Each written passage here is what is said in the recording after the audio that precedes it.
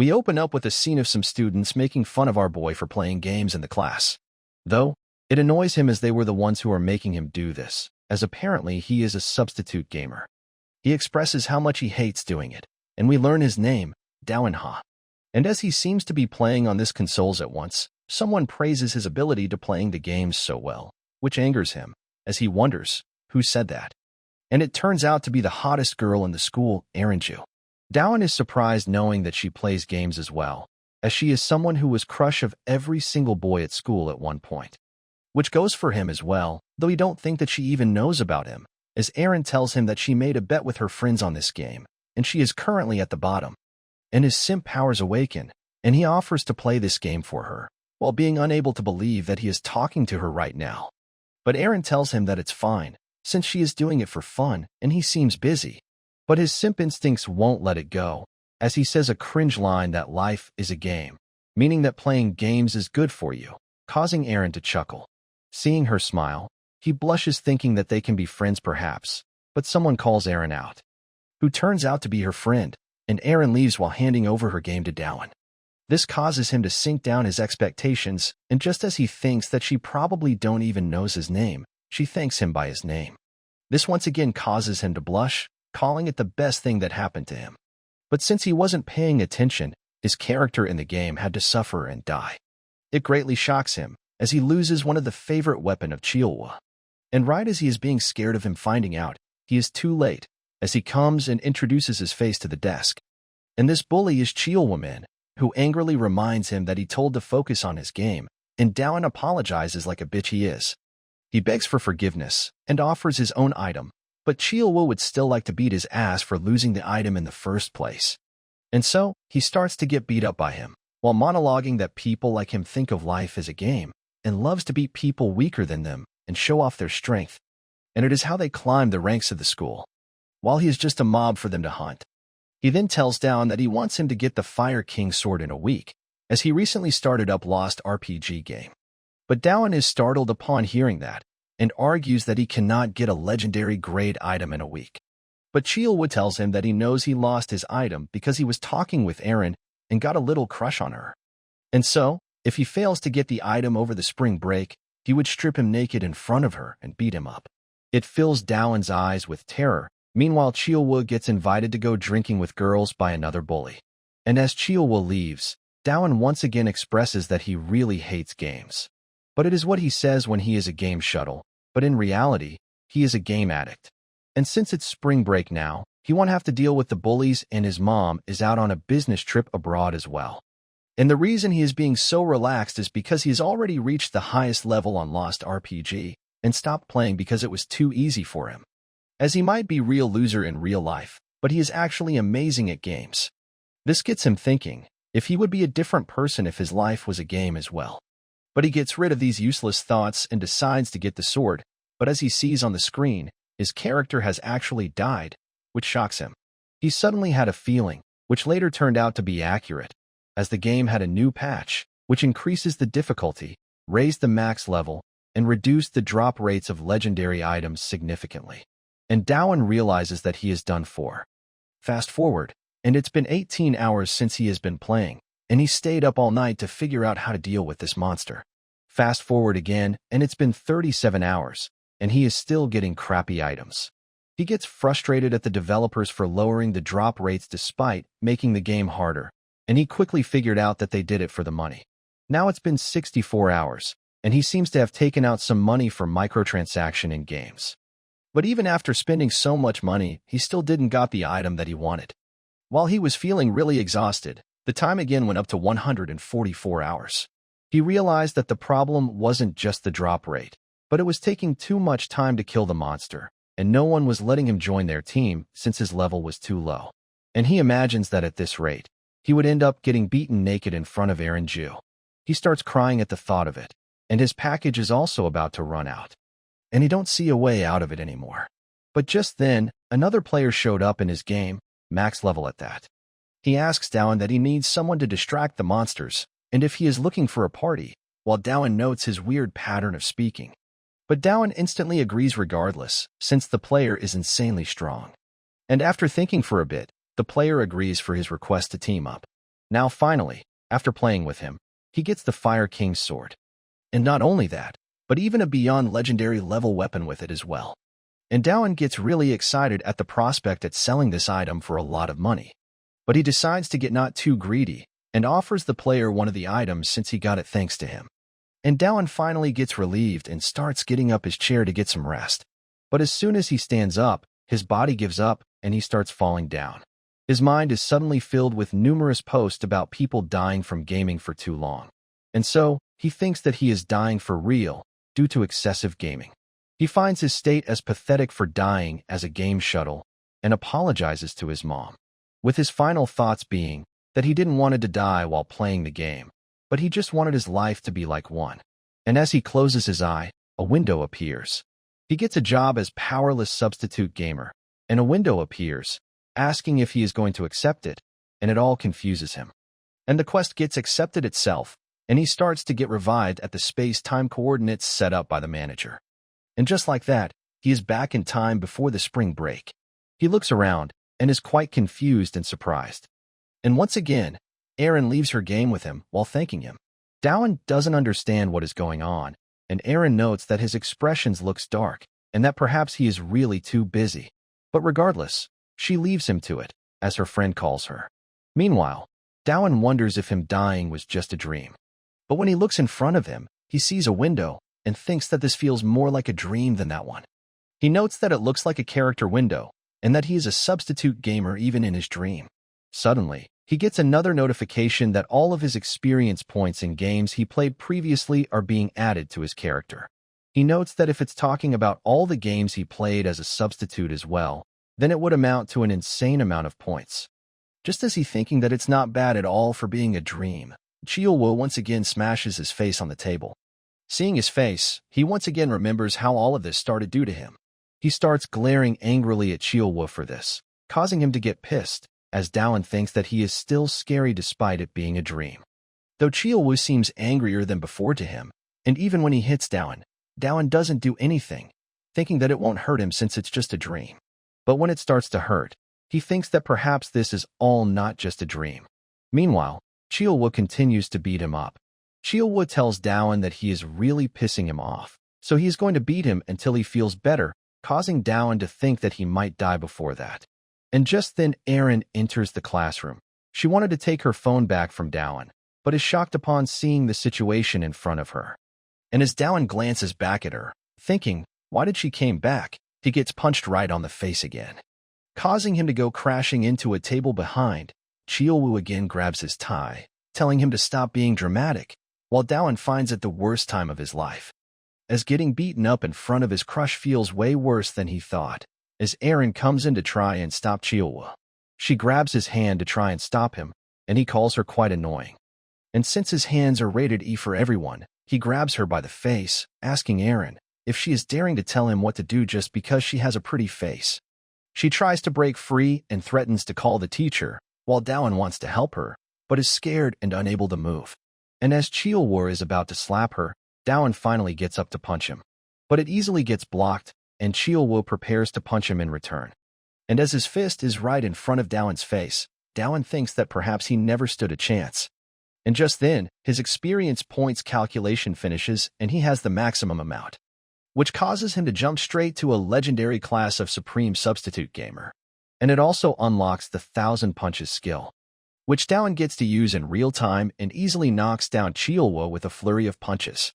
Both Aaron and Dowan are left shocked by this, and Dowan realizes that it was a skill from the game. And while he is still in the state of shock, he gets another notification, telling him to not be surprised as it's a gift from him for Dowan's kindness. And with the speech pattern, he realizes that it's the player from before and wonders if he is talking about the time he gave him the Fire God Sword. Another notification pops up, informing him that the monster Chiyolwo has been defeated. And as his experience points reaches maximum again, his class becomes Ultimate, Sealed Substitute Gamer. Dowan is still confused what is going on, as he gets bombarded with notifications. Remembering back that this was the day he got the skills from all the games he has ever played. Aaron is still in shock seeing it, as she tries asking, when did he learn this? But seeing Dowan injured, she quickly rushes off to get the infirmary teacher. Dowan recounts all of the events, his death, him returning to the past, a lot of systems appearing in front of him, and him using skills from games. He recalls being crazy about games since he was a kid, and his intuition tells him that it's all like a fantasy game setting, where he is the main character and he beats up the monsters. And seeing the character window, he is excited upon receiving such amazing stats from start. But suddenly, his new class's effects get applied and all of his power gets sealed. And with that, all of his stats and skills are reduced to beginner level. And it causes him to freak out, because even with the final class, he actually became more weaker. He also gets a reward for completing a quest, which was the one he accepted back when he was on deathbed. And it drops a golden key as a reward. A bit later, and we see him walking down the hallway, and seeing his face other students' comments, that he got beaten up by Chulwamin again. But they saw Chulwa leaving with an annoyed expression, causing them to think that he didn't get to beat Dowan enough perhaps. And while they are laughing at him, Dowan ignores them and stares at the key he got as the reward. He wonders if it's something to be used like a normal key. But regardless, this isn't the thing he is curious about. He first wants to find out the identity of the administrator who gave him this ability. And when he saw how he talked, he got reminded of the player he met in Lost RPG. He tries to speak out and contact him to no avail, so he simply decides to go home and ask him in the game. Suddenly, he gets another quest notification, but he doesn't understand where and how he is supposed to get to this seat. And as he was staring at the quest window, he bumps into someone. The student apologizes to Dowan, asking if he is all right, but Dowan, upon seeing his bloody face, asks the same thing to him instead. Dowan tries to go and fetch him a tissue, but he rejects by saying that he is fine. Dowan insists a bit, but the student leaves regardless while thanking him. Dowan is quite surprised seeing him get a nosebleed just by bumping into him, calling him someone even weaker than himself. And just then, another student calls Dowan out, Jamin Shin, who has something to tell him. Dowan asks if it's something about game, and he chuckles while saying that he don't play games, and tells Dowan that he saw everything, but Dowan doesn't get what he's saying. Jamin clears it up that he is talking about him defeating Chulwamin. Dowan remembers that Jamin was the student who called out to Chulwamin in front of his class in his previous life, and gets scared thinking that he is here for revenge, but Jamin walks forward, calling him funny and asking if he is following Loser Hides' powers concept. And so, he invites Dowan to drinking with girls tonight from an all-girls high school. It takes Dowan by surprise, as he thinks that perhaps his quest from before was referring to this, though he is scared thinking of being together with Chulwamin. He once again confirms with Jamin if he is talking to him, and Jamin replies, "There is no one else here." Dowan doesn't understand his reason for it, but later thinks that there has to be a reason for it. He knows that clearing a quest in a gamer grants you reward, and those rewards makes you stronger, so perhaps this is an opportunity for him to get stronger as well. But he still thinks that he cannot be in a place where bullies play, and makes up an excuse that he has to go to his grandfather's memorial service. And the word dangerous in his quest window is also giving him a bad feeling. And so, Jamin also leaves, saying to not back off next time, as he would leave Dowan a seat open then as well, though Dowan decides to skip that time as well.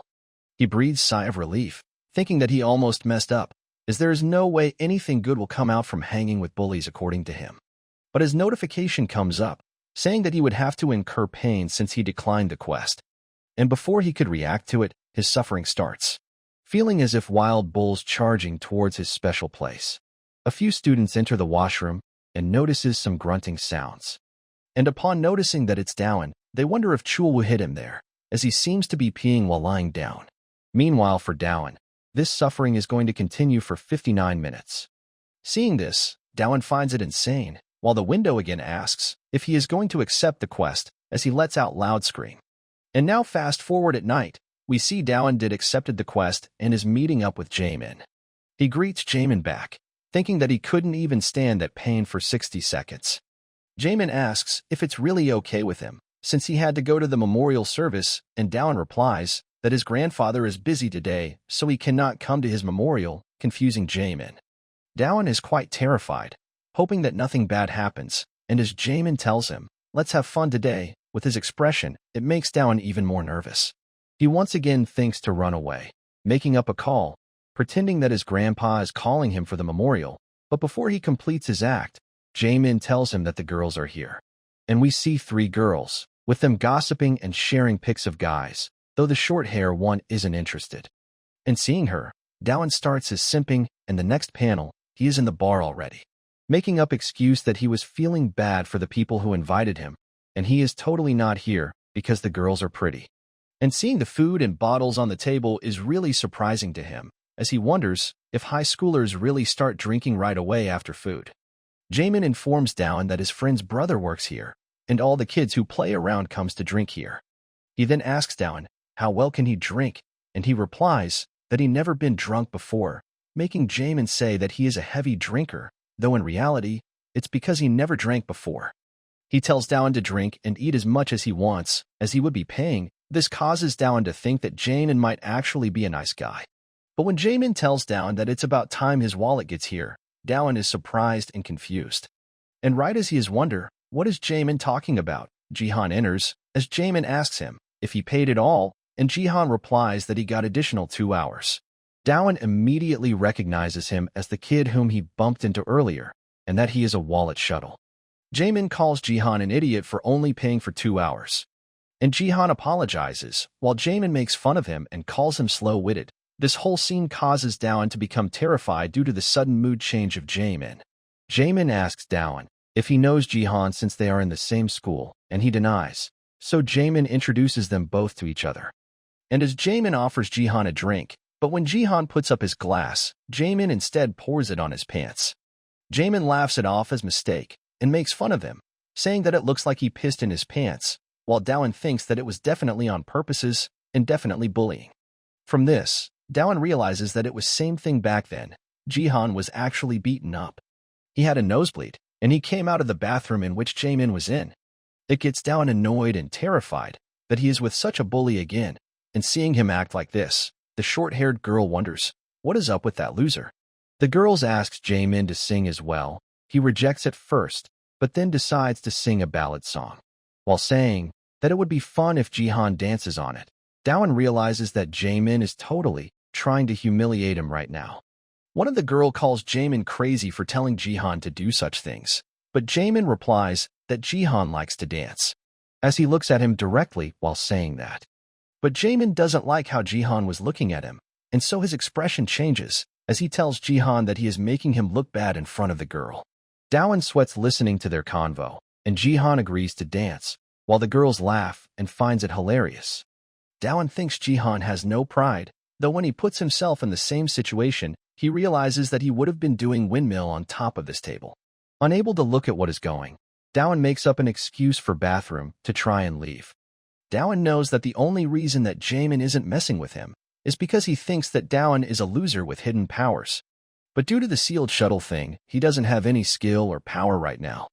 So, for him it's only a matter of time till he finds out, and if it wasn't for the penalty, he wouldn't be here. Suddenly, Dowan realizes that perhaps it's okay for him to leave now, since the quest only told him to attend. He decides to quickly run away, not without pitying the shuttle, but thinking that he cannot do anything for him. But he suddenly halts. He remembers back to the moment he was being bullied by Chulwomen as well, noting that perhaps both him and Jihan are in the same position. And so, Dowan goes back in as Jamin says that he thought he went back home, but Dowan with a dark expression asks, where? And Jamin replies, the girls went to fix their makeup, and Dowan replies that he is not talking about them, but he is asking, where are Jihan's pants? Jamin laughs and shows him a bucket, saying that he was sorry for spilling alcohol on his pants, so he was washing it. While Dowan is angry, he is hella scared as well, as he thinks that he should have kept quiet. But now that the situation has become like this, he decides to act like a real loser with hidden powers, as he asks Jamin to give it, thinking that perhaps he can act strong, and Jamin will do it. And just then, someone enters from behind, saying that he got delayed because he was taking care of some trouble. He seems to be a huge dude, and as he looks at Dowan, he asks Jamin, what is up with him? Jamin tells Dowan to greet the big-ass stew, as he is apparently the friend whose brother works here. Looking at him, Dowan is scared as shit, noting that he looks more like a gangster than a high schooler, and the blood on clothes makes him question, just what was he taking care of? Jamin picks up from where Dowan left off, and asks him, what was he asking for? And Dowan gets scared and stutters in his reply, wondering, what can he say? And so, he decides to ask for the mic instead, saying that he wanted to sing earlier, and Jaemin hands it over, saying that he should have told him before. Suddenly, his quest gets completed, and a linked quest appears in its place. And the new quest requires him to hit Jaemin's head with a mic, causing Dowan to scream internally. Dowan starts sweating hard upon seeing this quest, deciding that he won't do it, even if it kills him. And so, the system tells him that penalty would be applied upon failure. And from this, Dowan wonders if it's talking about that. The fat ass is introduced as Man-chun, as Jaemin and the girls call his face unreal and like a murderer. To which he replies that it must have splattered on his face when he messed up some punks a bit before. And he seems to be sitting on Jihan, while commenting that Jihan is being like a massage chair due to trembling and not being grateful despite the bar even lending him some pants to wear. He threatens to mess him up if he falls down, while Jaemin laughs. For Dowan, it's already bad enough that he has to smash Jaemin's head, and even worse is the tattooed pig next to him, who looks at Dowan and asks if it's true that he messed up Chulwoman. Jaemin agrees, calling Dowan no joke, but Man-chun doesn't believe since Dowan looked like a walking stick. Meanwhile, Dowan is in peril, noting that he would be killed by these guys if he completes the quest, and if he fails, he would die of the penalty. His nerd ass thinks if he could just use the skills from back then, he would at least have the courage to attempt it. But he is doomed due to the seal on his skills. And while he is freaking out, the time keeps on going, and only 15 minutes is left. Jaemin asks Dowan something he is curious about. Why did he let Chulwa beat him around, if he had the power to trash him? Dowan knows he cannot answer that he won using a game skill, and stutters to give a proper reply. But Jaemin chuckles and lets it go, saying that he called him here to tell him something. Dowan gets his heart pounding as he wonders what Jaemin is going to say, and Jaemin offers to join hands with him, making Dowan think that Jaemin is perhaps into men.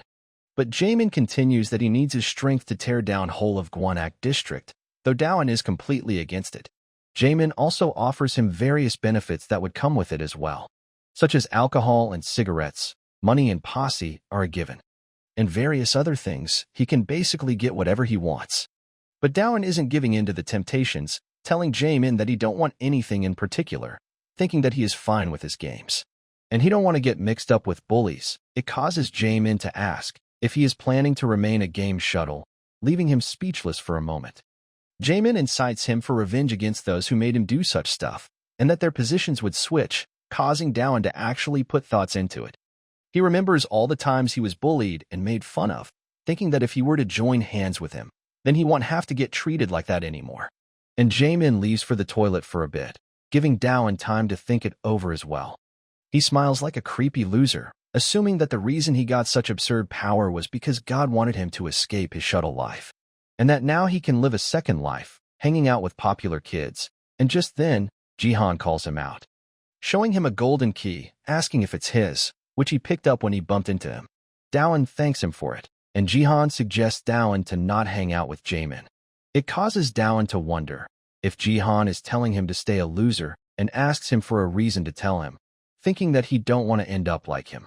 And Jihan simply replies that it's because Dowan didn't seem like a bad guy to him, and also apologizes if his opinion made him mad. On the other hand, Dowan is panicking, as there is only 3 minutes left till his punishment. But Dowan makes up his mind to endure this punishment, thinking that if he can only hold out for an hour, he can go to school with his head held high. But since he cannot be pathetic in front of girls, he goes away till then, making up excuse that he has to make a call. Dowan's current condition is like that elephant who knows of his impending death, and willingly leaves the herd and meets his fate with no one around. And just like it, Dowan is also in a room all alone, waiting for his punishment to start. Only 30 seconds remain, with Dowan thinking failing the quest is the best, because he get to join hands with Jaemin. As the countdown almost reaches its end, Dowan knows that it's almost here, his suffering that is. We switch scenes to Man-chun, who wishes to sing a song. Since he is getting a bit tipsy, he asks the girls to hand him over the mic, though they call him old-fashioned for picking out an old song.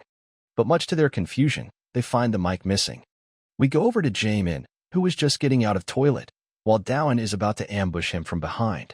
And he finally smacks him on the head with the mic, stating that he is not going to join hands with guys like him, knocking Jaemin out. His quest also finally completes, as Dowan pants and says that he rather lives as a loser than a bully trash like them, thinking that it's not because of the penalty. He starts dragging Jaemin away to some corner, thinking that he can escape before anyone finds out. But suddenly, he gets thought about Jihan and also notices Jaemin's phone.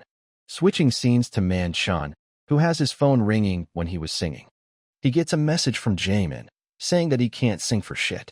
He also tells him to send everyone home and wait alone, and considers doing it all as bonus, since he already went ahead and smashed Jaemin with the mic. And just as he was thinking to start running away now, he looks behind himself and finds Man Shun standing over him. Dowan is completely shocked and gets a sudden quest to defeat Yuk Man Shun. Man Shun kicks away Dowan from on top of Jaemin and he gets sent rolling away. He tells Dowan that he should have known that Jaemin doesn't text when he is drunk.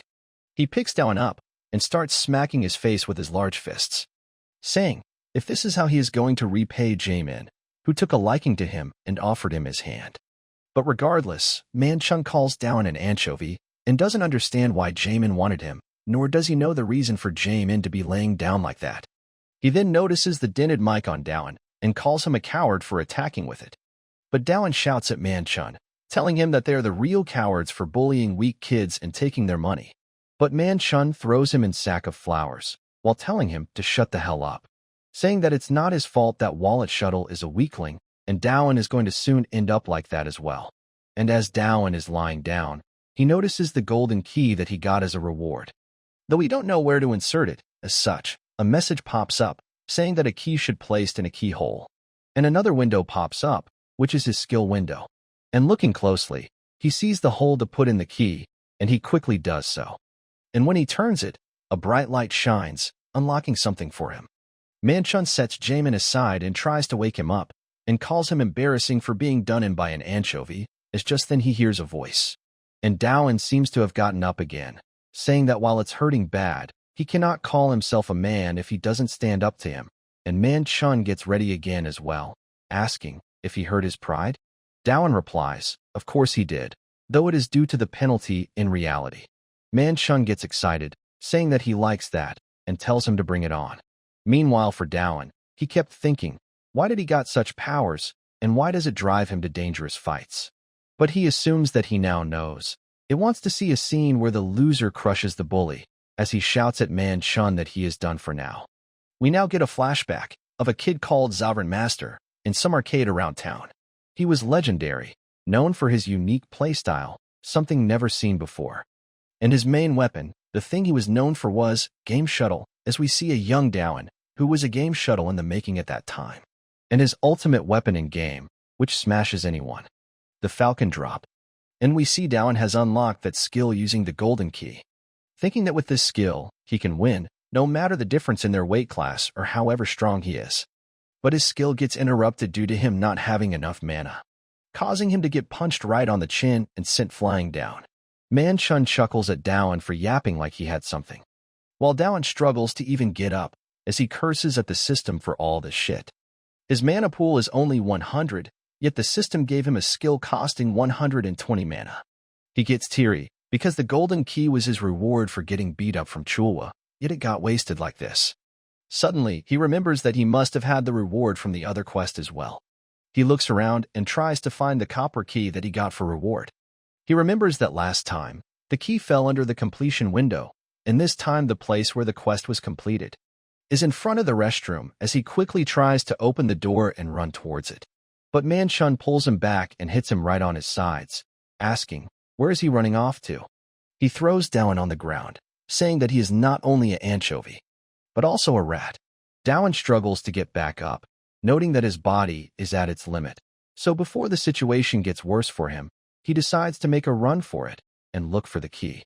But his face gets smashed into the ground before he can get past Man Shun. This causes his eyes to go blank, as Man Shun suggests him to stay down and play dead. Dowan suddenly starts chuckling, so Man Shun steps on his head, saying if he has gone insane from getting his head bashed in. But Dowan tells him to think about it, if he would really caused all this mess alone without any plans. Man Shun doesn't believe, and Dowan tells him that he was simply stalling for time as the lift door behind him opens. He shouts towards the lift, everyone out, and mess him up, and Man Shun gets scared and looks back in panic. But there isn't a single soul there, making Man Shun really pissed. And as he looks back at Dowan to kill him, Dowan has already ran away. Dowan didn't thought that this method would actually work.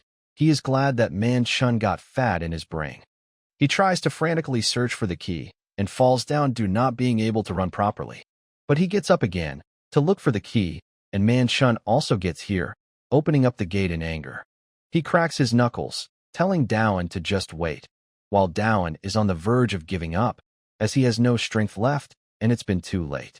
But just then, he finds the copper key, which even has proper description this time. He quickly opens up the character information window and notices the keyhole in it. Meanwhile, Man-chun comes running towards Dowan. He puts the key in the hole, thinking he has to be faster before Man-chun catches up to him. Noting that he needs to use that skill, and hence increases his mana points. His MP increases by 100, and as Man-chun reaches and tries to punch, Dowan ducks down and steps on his thighs to make a jump in the air, and uses his class-exclusive skill, Falcon Drop, right on Man-chun's head. And the strike causes him to lose consciousness. And Man-chun finally falls down, with Dowan calling himself so freaking cool for doing so. And as for the reward, he gets a silver key. And right as Dowan thinks that it's finally over and he can go home, Jamin gets back up.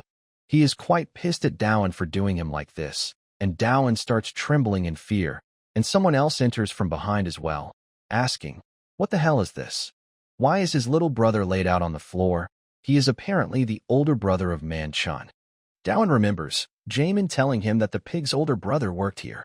Not only him, hearing the loud noise, other people also starts to come out of their rooms to check. They all recognizes Man-chun and notices that he is laid out on the floor, with Dowan remembering Jamin saying that his friends also drinks here, and that he has no strength left to run, nor does any mana to use any skills. As he realizes that he is really done for now, we switch scenes to Jihan, who wonders if it's okay for him to leave like this. Jihan doesn't believe that it's a message that Jamin sent to Man-chun, since it's a place filled with Man-chun's friends. And the only person who can dig their grave like that is Dowan Ha, who is here for the first time, as the short-hair girls leave for restroom as well. And that perhaps his last line was something Jihan believes for him. Jihan hopes that Dowan is okay, thinking that he must have done that because he had a plan. Back to Dowan, who actually don't have a plan, and he cannot think of an escape plan no matter how much he thinks. Jamin tells Dowan that he is done for now, as Dowan thinks that he is going to die here at this rate. But suddenly, an old guy comes running and shouts that the police is here. And so, all the underage students have to leave through the emergency stairway while he stalls for some time. Due to this, everyone leaves, not without regretting not getting the chance to beat him up.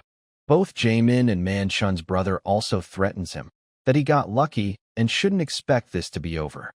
Dowan sweats hard, but thinks to leave quickly as well, since he was spared. But his body starts acting up.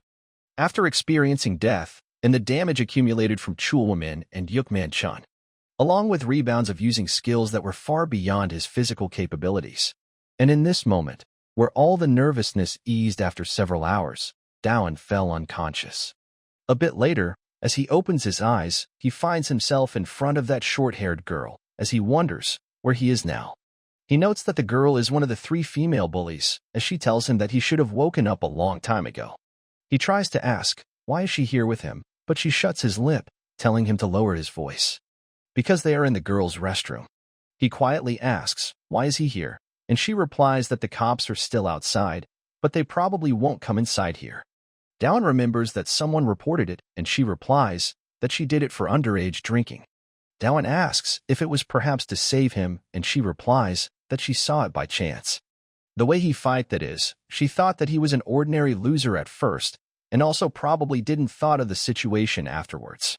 Dowan thinks that she fell for his unexpected charm, and asks, how can he repay her this favor? And she replies that he would just have to fulfill one of her wish. Fast forward back at his home. Dowan seems to be in his bed with his phone ringing. And as he picks up the phone, it turns out to be his mom, who shouts at him for not picking up her calls. Dowan replies that it's only been a day since he has not called, as he went to sleep just as he came home, and his mom replies that it's been 3 days since she has last spoken to him.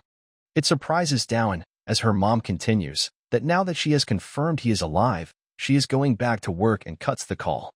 Dowan remembers that he went straight to sleep after he came from the karaoke bar event, and it feels quite hungry, which is to be expected as he fought for the first time he was born.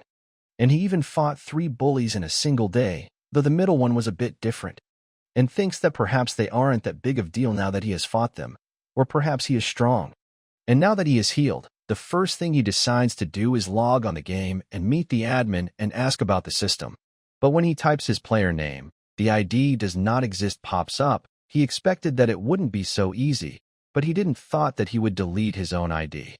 He knows that the guy don't want to communicate with him and only sends message through a one-way window. And if he is like this, then he would have to figure out the system manually. There are 3 things that he knows.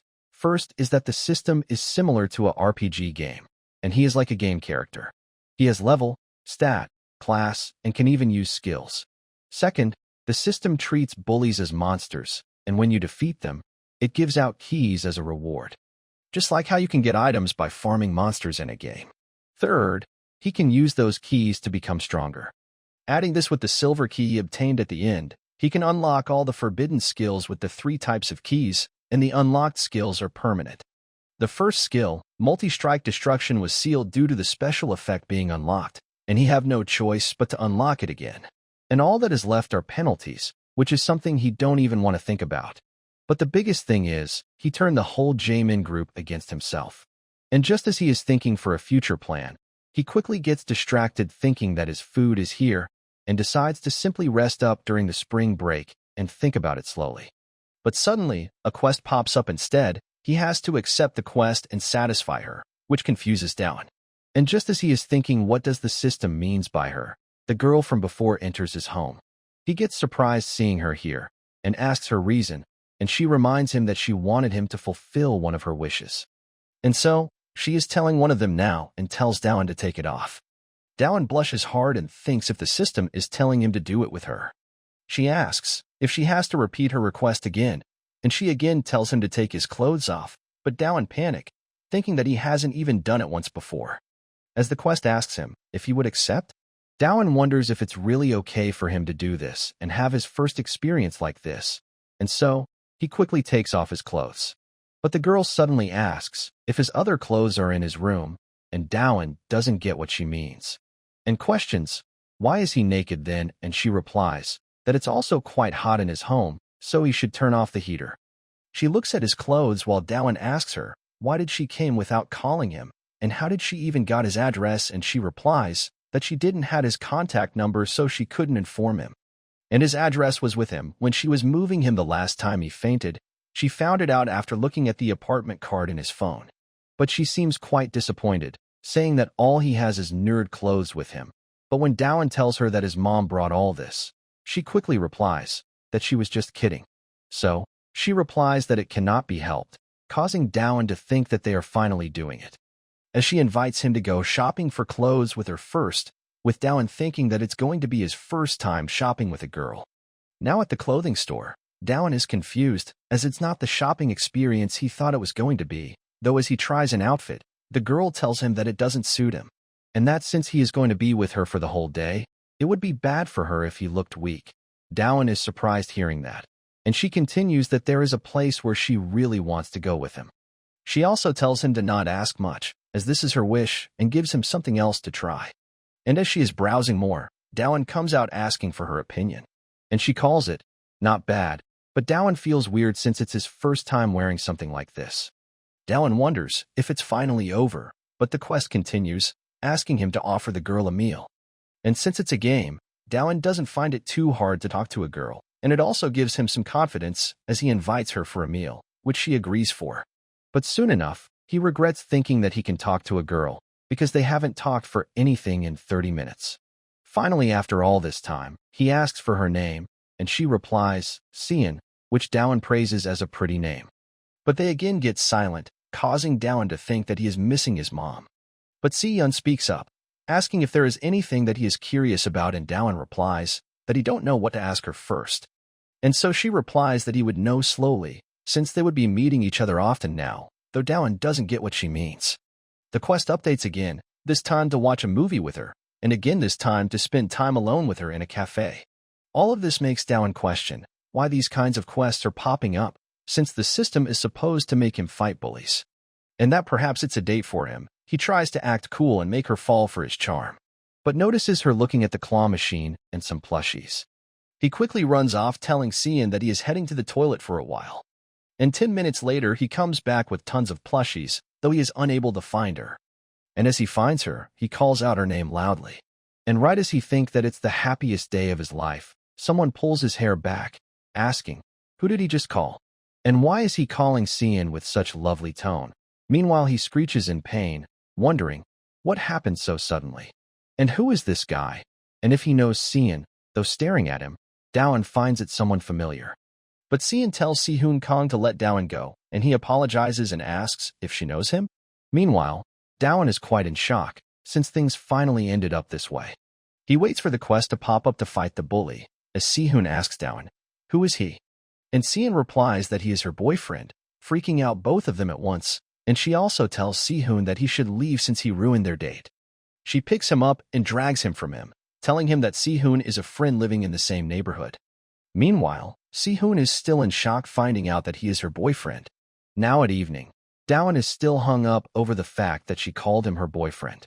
Suddenly, they arrive at the location where she wanted to bring him, and Dowan is shocked, asking if it's not what he thinks it is, but Sian tells him to just follow her, since he promised to be together with him.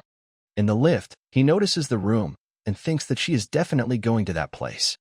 He tries to convince her that they are still in high school and all that, but she tells him that he just has to stay put, and she would take care of the rest, as Dowan decides to do it with her, thinking he has no choice left.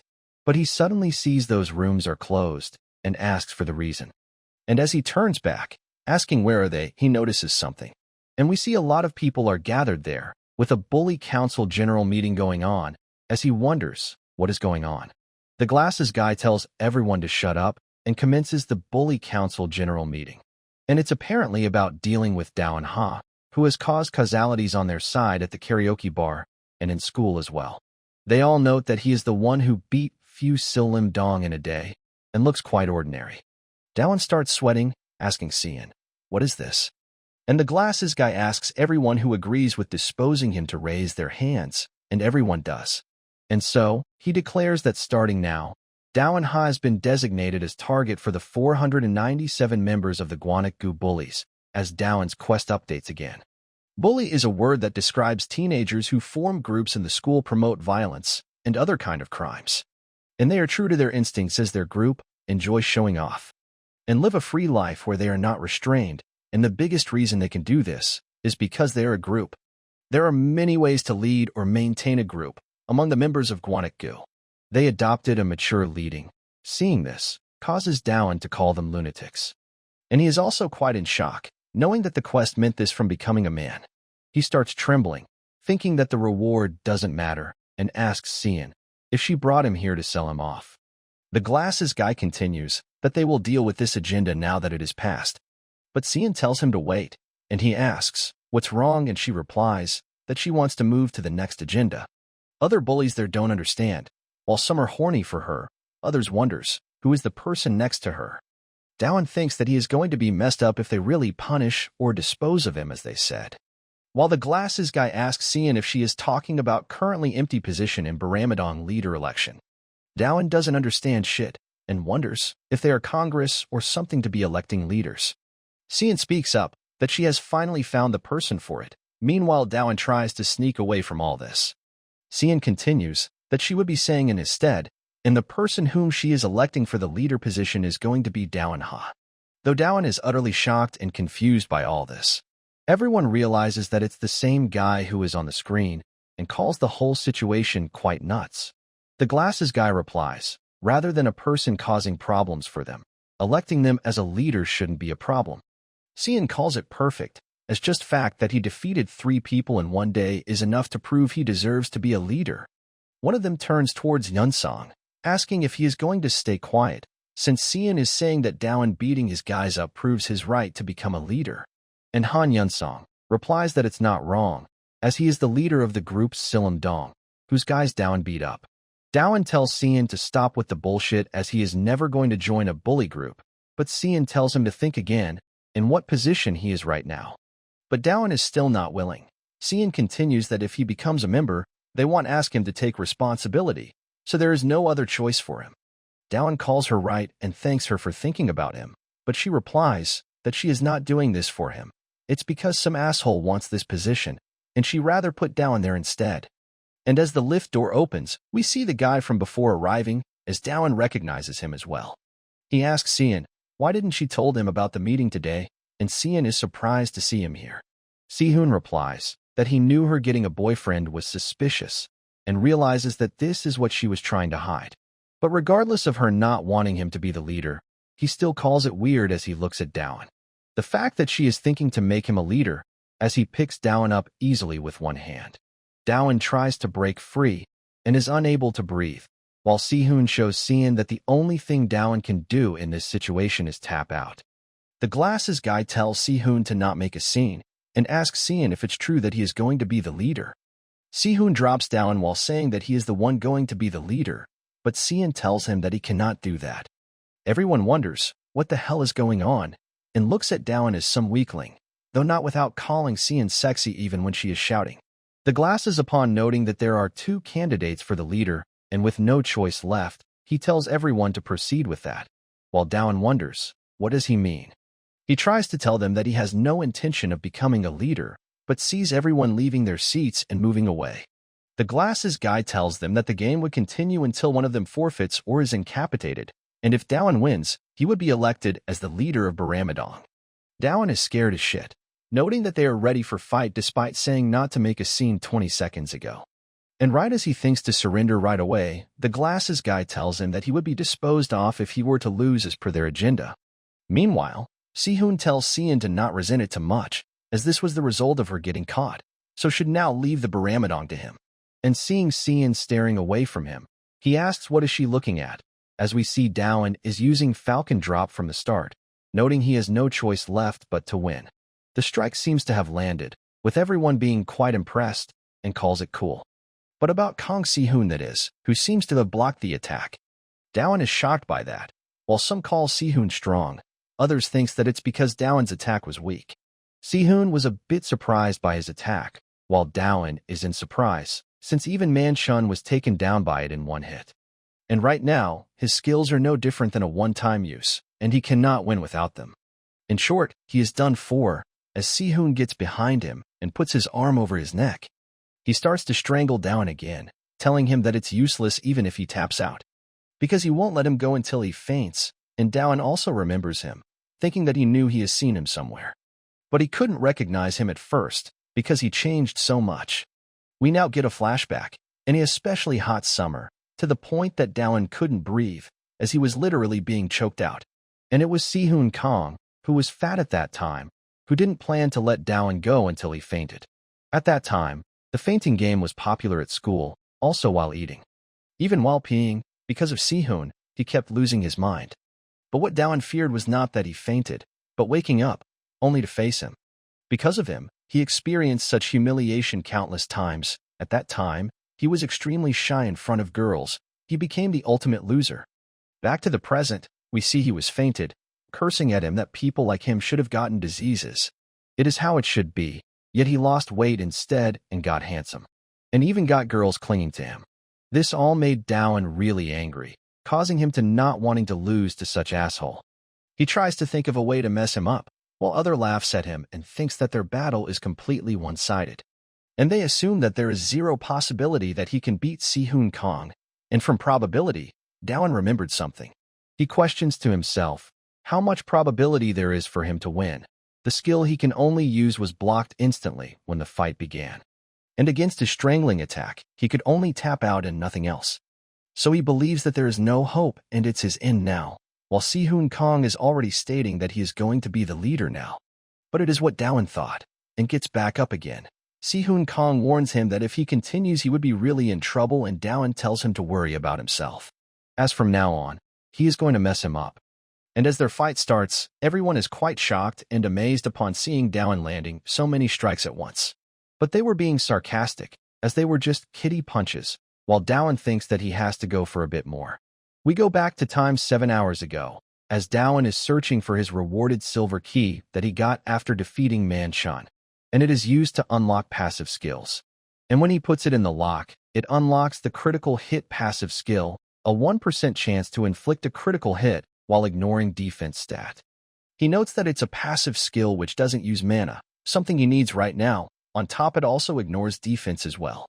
Though he finds the 1% chance too low and calls it a very niche skill while being annoyed for getting skills like that. But now that he has no option, he has to try and land a critical hit on him, so he is going to spam punches until one of them gets critical hit. Cian is quite embarrassed by him, as other guys make fun of Dowan. But Dowan thinks that if he keeps on hitting, he would proc it eventually, and now is the best chance since he is surprised. Sehun is quite surprised by this, and acts nervous. And with this one punch, he finally gets to 100 hits, though it doesn't do anything at all, causing Dowan to sweat in fear, as Sehun chuckles and asks, what is he doing? In games, RNG is one of the irreplaceable element. It provides everyone equal opportunity for success. Satisfaction of success that is not easily available in real life, as we see Dowan keeps on losing money on it. And for that satisfaction, people challenge the chance every day. However, they forget that RNG also provides an equal chance for despair.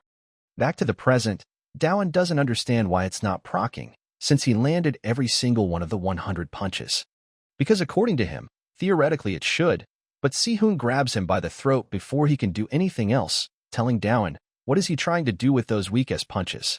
Because to win a fight, you need a devastating blow, as he slams him down on the ground. It almost knocks him out, with Sehun saying that he thought Dowan had something, but it was all a bluff. But even if he did have a plan, he believes that he wouldn't be able to scratch his body, because he trained every day while grinding his skins and bones. Dowan speaks up, telling Sehun that he was a trashy fat shit in middle school. Sehun is slightly surprised that Dowan knows him, and asks, who is he, and Dowan replies that of course he doesn't remember him, as it's typical for bullies. Victims have to suffer with that pain forever, while the offenders easily forget about it like it's nothing. Sehun tries to think, and starts moving towards Dowan saying that he really doesn't remember, as Dowan tells him to not come near. Dowan struggles and tries to kick, but Sehun easily picks him up and throws him into the chairs, saying, so what if he doesn't remember, as Dowan should be the same, he doesn't remember all the toys he played with as a kid, does he? Cian concernedly speaks out his name, and someone tells him to give up already. And it's Han Yunsong, telling Dowan that any more of this would be a waste of time, because one side has completely lost their will to fight. Dowan calls himself an idiot for relying on 1% hope, believing that there is no way he would win against him. He never had a chance. But if he forfeits, he would be disposed by everyone here, and wonders, what can he do to escape this situation? Yunsong tells them that the fight is already over. But Dowan gets back up again, saying not yet. Sehun calls him disgustingly tough for doing so, asking if he is not tired of the same pattern. Cian is quite surprised seeing it as well, thinking that he was beaten up so badly, yet he is going at it still. Meanwhile, Dowan is looking at the door behind Sehun to escape. He first tries to distract him a little, since escaping without looking back is the best he can do, and tries to tell him that they used to be close in middle school. Sehun finds it really sudden, because he was just calling him a fat shit a bit back, while Dowan doesn't care about the disposal, as he plans to beg his mom to migrate him to some island. He nervously tells him that friend can mock each other any time, as he waits for the timing. And when he finds it, he quickly tires to run away, but slips on his own jacket. But due to the slip, his palm touches Sehun's chest, and it registers as a hit and procs the critical strike, sending Sehun flying, crashing onto the lift behind him. Everyone is quite shocked seeing it, even Cian, who is left speechless. They found his strike really cool and amazing, saying that they know what that shit is. Concentrating chi in the palm and releasing it at the enemy's body. It's Mirim's forbidden skill that destroys organs and skeleton. Flame Emperor Drake's iron palm, which Dowan thinks is totally not it. But regardless, Dowan is quite happy to see it proc, and he wasn't expecting it to be so powerful either. And just as he thinks that he won this fight, Sehun coughs and gets back up, saying that he was pretending to be weak while having this much power. He gets pissed as he tells Dowan that he would kill him, while Dowan is in shock seeing him get back up after such strike. Everyone thinks that Dowan is done for as he is shivering, but one of them notes that he is actually smiling now. Despair is fair to everyone. Most users experience it once. But despite this, they never stop. as his friend tries to tell him to not put this much in and give up. But they don't stop, because success exists in this equation as well, as we see someone was actually able to clutch the RNG system. And seeing the presence of success, the despair turns into hope, as Dowan plans to bet on his literature tutor fee. And for that reason, users all around the world keeps throwing themselves at the RNG, as Dowan jumps again at Sehun to attack. Dowan plans to hit Sehun once again in the chest, and he braces for impact, saying that he is not going to fall for it twice. But instead, he actually aims for his nose. The predator of the ocean, the great white shark, if one ever encounters it in the ocean, hit its nose. No matter how strong the creature is, the nose is always the weakest spot. And the same goes for humans. No matter how much one trains their body, they cannot train their nose. Even if a loser's clumsy punch hits the nose, it would cause a fatal blow. Sehun grunts in pain, while the critical hit doesn't proc for Dowan this time, making him realize that he needs to land some definite hits, since he cannot keep relying on that chance. Sehun starts bleeding heavy and kneels on the ground from the pain. And just as he is cursing and threatening to kill Dowan, he comes up at him from behind. He chokes him while holding and pulling up his nose, causing him great pain as he screams. He tells Sehun to forfeit, because he is not going to let it go until he does so. Sehun is shocked seeing it all, thinking, just what is she looking at right now, while others call Dowan brutal for not giving a shit about methods he uses. And in the end, Sehun finally forfeits and falls down on the ground. Dowan pants heavy, saying that he finally did it this time. While the thing behind catches up fire and explodes at perfect timing, matching with his pose and causing an explosion.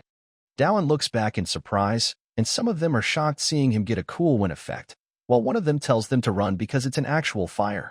And so, everyone rushes towards the stairs to run away, while Dowan is getting crushed in between the panicking crowd.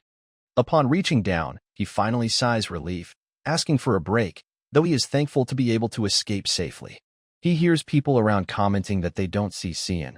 One of them says that perhaps she is still upstairs, since she still needs to take Kang Sehun as well, because they are from the same area. While Han Yun-sung finds Dowan gone as well in that moment. We see Dowan running up again, questioning what is she doing up there, and why is he also going up, despite not knowing her. He only knows her name. She is not someone who is important to her. But he remembers his promise to her, to stick with her for an entire day. He opens the door quickly and shouts her name in worry, but before he can say that he came to save her, he is shocked upon seeing that the fire has been taken care of already. The glasses guy asks, he came to do what? And he changes it, that he came to say if he can home, while being embarrassed enough to want to turn into dust. Back at night, the glasses guy tells Dowan that the assembly is postponed indefinitely due to the fire, and the next date would be notified to him, while referring to Dowan as the Baramidong's new representative. While Dowan is still unable to digest that he became a bully council's rep. Now while he is walking with Sehun, who tells Dowan that she knows it's quite confusing. But she didn't just plan to give him the position with no thoughts. She had some plans in mind, so he don't have to worry. So for now, he should be thankful that he avoided their disposal. Dowan agrees, noting that if he didn't become a rep, something worse would have happened to him. She then tells him that she is at her house already, but before going, he gives her the plushie that he won, saying that he got it from the arcade since she looked like she wanted it. Though she is confused and asks, "What is this?" and Dowan in shock replies, if she wasn't staring at the claw machine back then. And she clarifies that she wasn't looking at the doll, but was looking at the wanted poster in front of it. But regardless, she thanks Dowan for earlier, and he asks, "What for?" And she smiles while replying, for running back up to save her, and leaves while telling him to take care, causing Dowan to blush as he tells her goodbye as well. Now the quest window pops up, informing him of completion of the quest, though instead of a man, he says that he became a bully. In total, he completed 8 quests, so he wonders, what kind of key would he get for this? And upon seeing the reward, he is quite surprised. Now fast forward to morning. Today is the first day of the 12th grade. And Dowan has to get to school before anyone else, to do this important task of his. And that is to set up his game shuttle things. Believing that he needs to set it up early in the new classroom, though he notes that someone has gotten here before him. As he puts down his stuff, it creates some loud noise, causing him to apologize to the sleeping person. Upon seeing his ID card, Dowan remembers that his name sounds familiar. Sehun seems to have told him something about Yunsong, calling him the most dangerous of all the bullies in Gwanek district. And as Yunsong notes that he is here, he gets up, telling Dowan to not be scared. Sign he is one of the bully council's rep now. Though, now that he thinks about, it's best if he takes care of him right here, as he pulls up his collar, while Dowan remembers Sian's word that no matter what, he should never encounter Yunsong. Dowan tries to tell him that he is part of the bully council as well, so they are on the same side. So Yunsong asks, why does he think the bully council didn't dispose of him? And he replies, because he is Baramadong's rep? Yunsong tells him that the bully council members are allowed to fight each other. It is one of the rules. Since deciding the order based on power is quite important in this world, which is why it's allowed. And so, Yunsong lifts hand to hit Dowan, saying that it's revenge for the Silam Dong, and Dowan cower in fear and closes his eyes to brace for the hit. But he lets him go, saying that he has no interest in things like that, and that it's just like Dowan said, they are on the same side. Dowan is quite surprised by all this, as Yunsong leaves saying that he would tell the other guys as well, so he won't have to worry. As from now on, no members of Silam Dong will hurt him anymore. A bit later, other students arrive in class and Dowan sighs, as he almost pissed himself a bit back on the first day of his second year.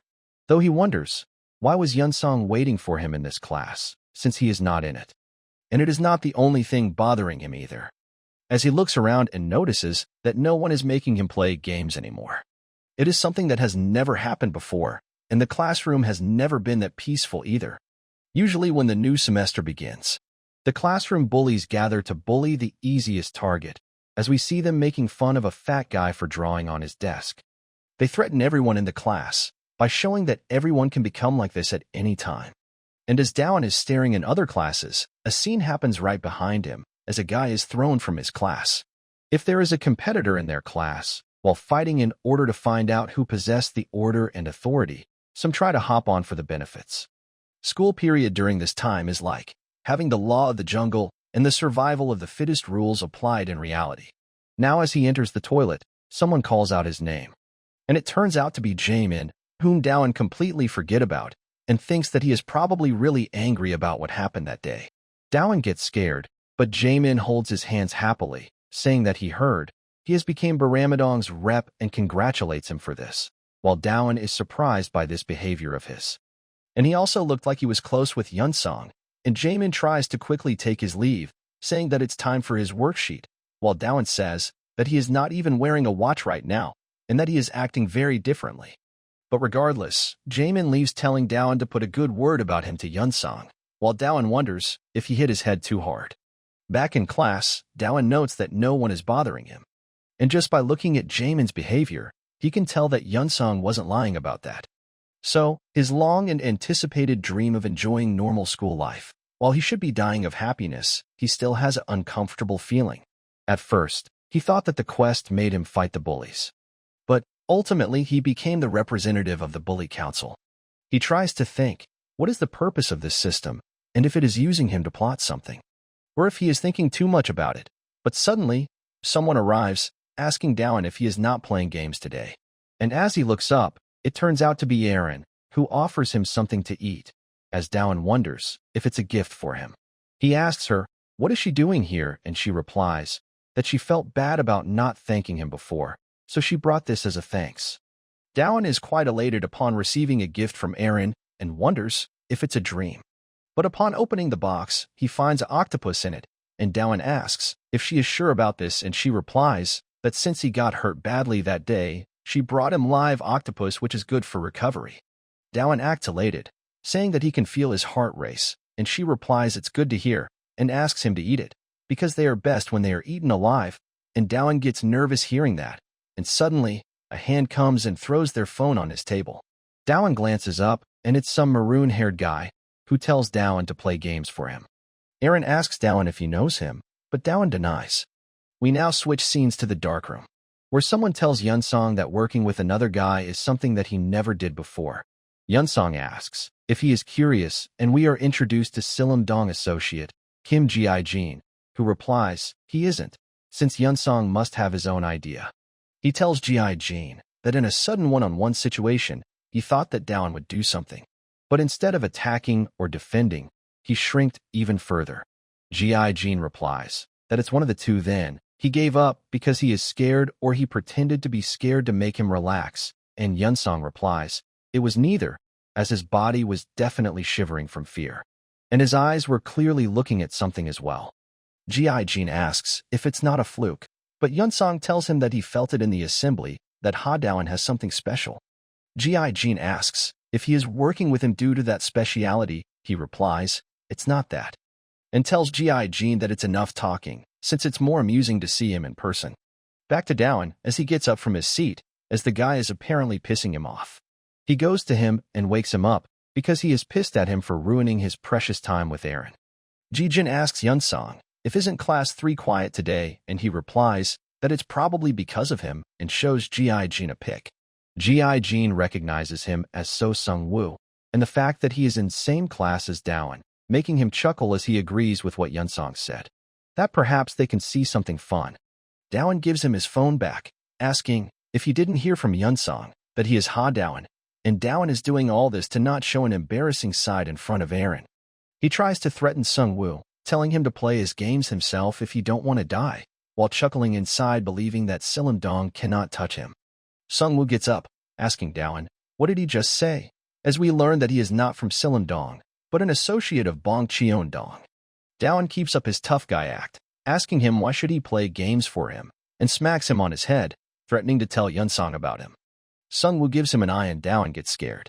Sung-woo keeps it up, but takes his phone back while apologizing to Dawan, saying that he just heard that he could ask him. He didn't knew that he didn't liked it, and Dawan replies, it's obvious that he wouldn't like it. Dawan blushes, thinking that he got to show off in front of Aaron properly with this, and looks back at her. But her friend is already taking her away since she keeps coming to a different classroom, leaving Dawan speechless. An announcement is made for the second years that they can go on and eat now. Dawan thinks that perhaps if he go right now, he can eat alongside Aaron, since they are close to each other, or so he believes, while we see Sung-woo also getting up behind him.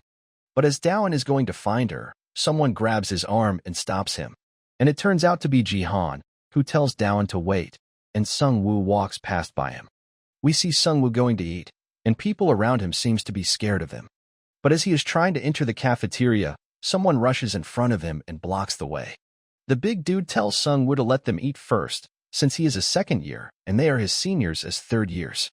He quickly calls upon his friends to come and eat, as he has blocked the entrance, and also plans to cut the lines while Sung-woo seems to be getting pissed. Back to Dawan, who recognizes Ji-han and asks, what is he doing in this classroom? And he replies that he is also in class 3, just like him. But regardless, he tells Dawan that it was really dangerous for him right now, and warns him to be careful, but Dawan doesn't understand what he means. But regardless, he tells Dawan that it was really dangerous for him right now, and warns him to be careful, but Dawan doesn't understand what he means, and asks, what about him? Since to him Sung-woo didn't seem like a bad kid. Ji-han explains that Sung-woo isn't like other bullies. He doesn't bully others without reason, nor does he care about the class hierarchy. He has a calm personality, so he doesn't even get pissed from provocation. Dawan asks, wouldn't it mean that he is not problematic? Ji-han sweats while replying that there is one thing, a moment where he flips 180, and it is when someone cuts in front of him. The big dude gets pissed at Sung-woo for glaring at him with such expression, asking if he is not okay with Sunbae's eating before him. And Sung-woo asks him with a dark expression if he is faster than he is. The big dude replies that his hands are faster than his eyes could see, and just like that, Sung-woo lands a solid punch on his gut. It seems to have done decent damage, as the senior tries to punch Sung-woo back, only for him to dodge it easily, and land multiple punches before the senior could even react. He keeps on trying to hit Sung-woo, but Sung-woo keeps on dodging his punches easily, causing him to get tired as he wonders what is going, since he cannot even land a single hit on him. Once again, Sung-woo punches him right in the face while asking if he is faster than him, and everyone watches the senior getting beat up in horror. Sung-woo leaves after completely destroying him, saying how dare he cut him in front of him when he is not even faster than him. And seeing this scene, Dawan and Ji-han both sweat nervously.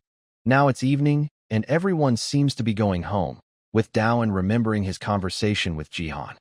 He tells Ji-han that beating up simply for cutting in front of him is too much, and Ji-han replies that he don't know much either, But there is a rumor about something that happened when he was in the track and field club in middle school.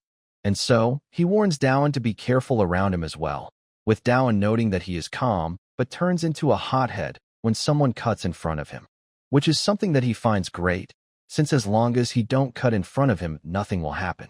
And thinks that the school year might be peaceful, only to get a notification, a quest to run past Sungwoo with a time limit of 10 minutes, causing Dowan to flip hell out, thinking there is no way this is happening to him.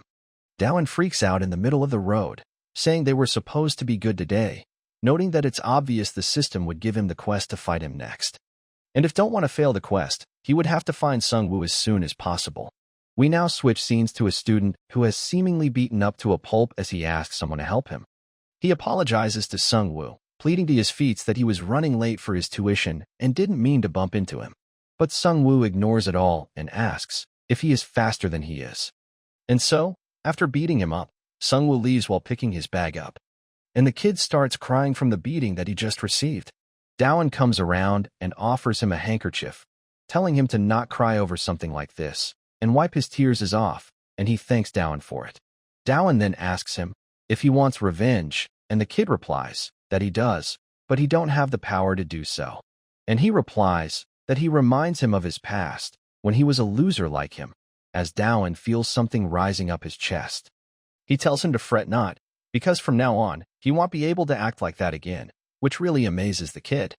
And that he would beat that guy up completely, as we see him holding a bunch of keys, while being nervous, and thinking that right now, he feels like he can throw up anytime soon. We go back some time ago, where Dowan is shocked upon receiving so many keys as a reward for completing his quest. He wonders if it's really okay for him to be receiving so many keys at once. Looking at it, he thinks to use the gold key first. But he gets a warning that after using the first key, others will vanish if they are left unused. Dowan says that he would have used them all anyways, since there is no need for him to waste such precious keys. But suddenly, he realizes something, that unlike the gold key that randomly unlocks a skill, the bronze key unlocks the stats that he chooses, which means that he can increase his stats based on who he would be fighting next. And while he is dying to use them right now, he decides to save them for later, till the next quest appears. Before leaving, Dowan tries asking the student if he knows any of his weakness, and he replies he don't think he would have one. And so Dowan quickly leaves and goes on to the next alleyway, while feeling like his heart is going to burst from the nervousness. Noting that there is not much time left, he plans to use the keys when no one is looking. He first up uses the golden key, and wishes to get something useful, and gets blind spot strike, which he finds great for himself since it has low mana cost. And so, he can avoid using the skill only once like he did before, and since he's still lacking in mana, he decides to spin the bronze key for that. He now gets stuck thinking on what to spin the rest of the bronze keys on, and notes that Sungwoo is a track and fields member, so his fighting style must be speed type. And so, he spins the rest of keys accordingly. Now we switch scenes to a girl who is running for the bus and accidentally bumps into someone. Though she apologizes, but the person turns out to be Sungwoo.